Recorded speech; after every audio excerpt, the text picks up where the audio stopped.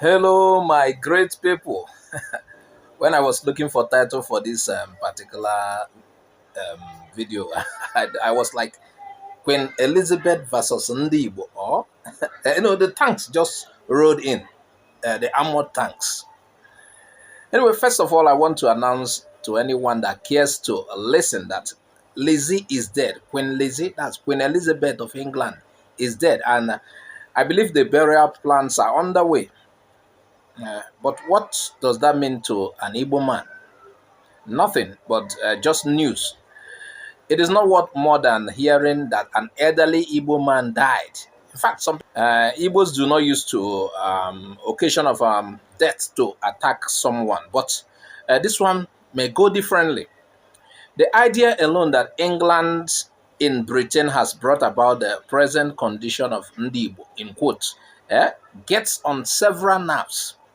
Well, this isn't about primitivity. Numerous Igbos, including the very educated, do not give a damn about Queen Lizzie. I have been sampling opinions of several Igbos to see reactions. Anyone who is not happy with England as colonial masters isn't also happy with the Queen, understanding her influence in the United Kingdom and the entire world.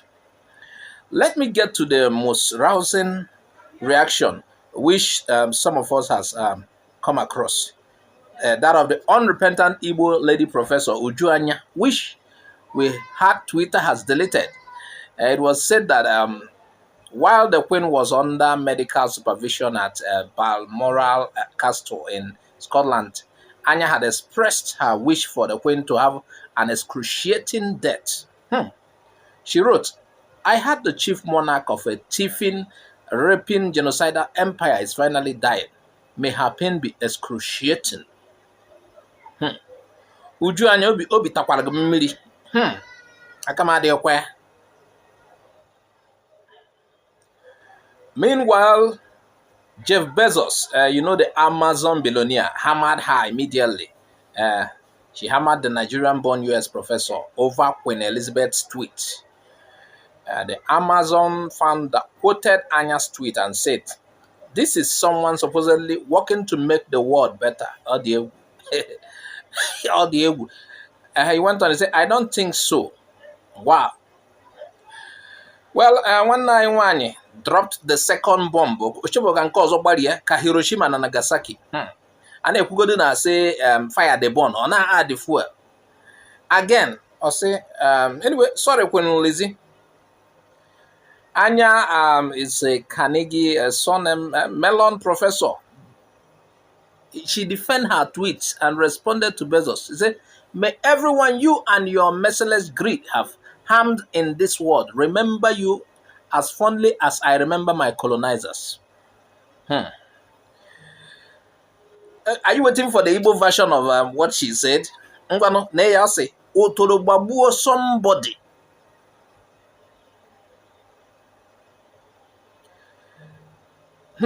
The professor Amata Shabokwa Binsi, it appears some people are calling for her sack for the tweet.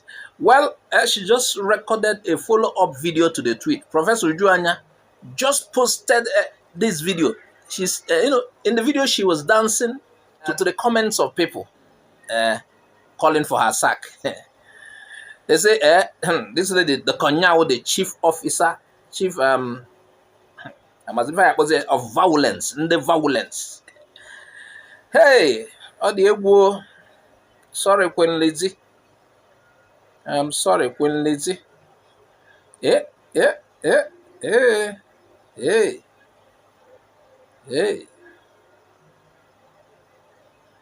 Can you imagine? A na-ekwu na nke o mere ma ọ na-emekwa ọzọ.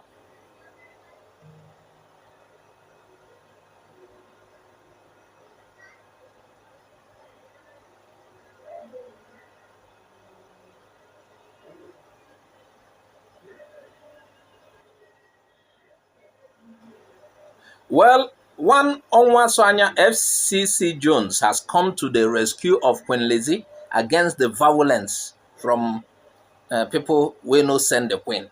Say some people no send them. And so what? I'm gonna come like According to this Onwaswanya, I said bitterness is a mark of retrogression. All successful countries colonized by the British have moved on and are not stuck in the blame game of what British did to their fathers and didn't do to them. They have taken charge of their own destinies and taken the gains of their colonial past and are moving on. Some of them, including Canada and Australia, have even retained the British monarch as their head of state. The United States of America, colonized and equally raped by British, has since moved on and even become bigger and more powerful than Britain. Even though they fought a long war of attrition before they got their independence, they consider Britain her most vital ally. Come to Nigeria. Instead of my brothers and sisters to focus efforts on how best to make their country and areas of their country work, they are fixated on what they were told happened close to 100 years ago. Unfortunately, most of the information they have is wrong. Bitterness of heart and victim mentality do not make you an activist or an intellectual. They make you who you are, an acrimonious, retarded pervert. May the Queen rest in peace. May King Charles Charles III, have an eventful reign. Thank you, Britain, for the good sides of our experience with you. We have forgiven for the bad sides. And he concluded by writing, I am Onwaswanya FCC Jones, proudly black, African, Nigerian, Igbo, and British colonized.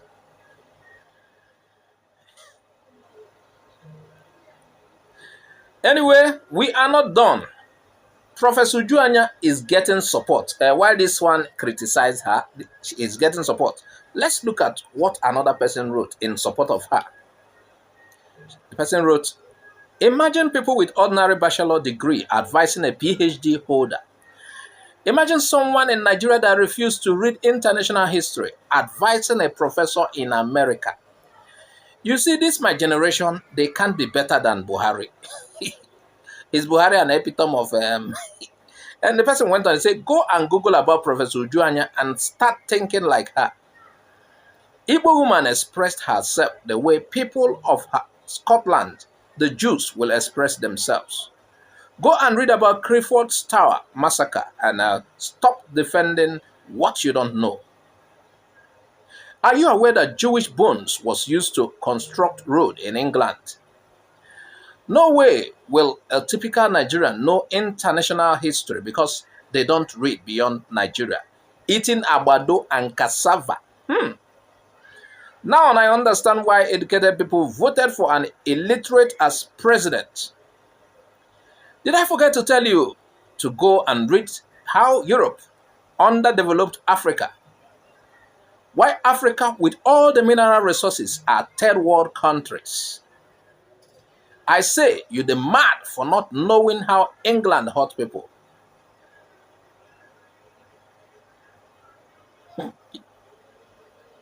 You went a one now.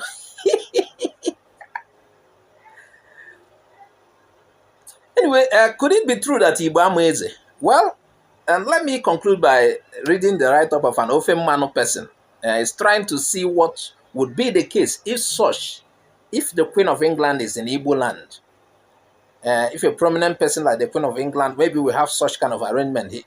The person wrote, he said, Queen Elizabeth of England just died and her son, Prince Charles, was pronounced king with immediate effect. This is a sophisticated people proud of their culture and ready to uphold it with all their strength. No petty jealousy or contest. Nobody is claiming marginalized or cheated. From generation to generation, one family passes the crown around, even to their females. Can someone tell me what would happen if this British crown is in Igbo land? Cannot someone also tell me what will happen if this British crown is in Yoruba land? Because we know how they fought before they arrived at Oni of Ife. Anyway, the person continued. He said, over 50 different court cases from different families and villages, rotation of the throne, and even agitation for separation. He's talking about Igbos. Stand up to be saluted, proud people of Ife, Oyo, Ibadan, Akure, Benin, Abo, and all other towns in Nigeria with proud monarchies. I think, okay, Abo, you are pride of Africa. This person is Yaben Ndibo. That mentality. He said, imagine if what happens in England happens in Igbo land, that we will go to court to toss. It depends on the setup anyway. In my place, this throne is transferred to your children. There's no contest. It depends on, there are areas that it is contested. It is contested. People vote. Even in Yoruba, it is contested. Oni of Ife did not just rose to. Yes, among the clans ruling Ife, there were some kind of arrangement that brought him up. It wasn't automatic. But in my place, there is an automatic transfer from the person who is the king to, when he dies, the son. If there's no son, it moves to his brother's family. It is in that family. So it depends on the place. So don't say Igbo this. Anyway, let's just see this as for fun's sake. Meanwhile, viewers, this is where we leave you on this particular one. Please subscribe. Please subscribe. Subscribe. Please subscribe. Share this video widely. Click on the bell icon to get our updates anytime it drops. Now here I deliver now. Azuka OJ. Bye bye for now.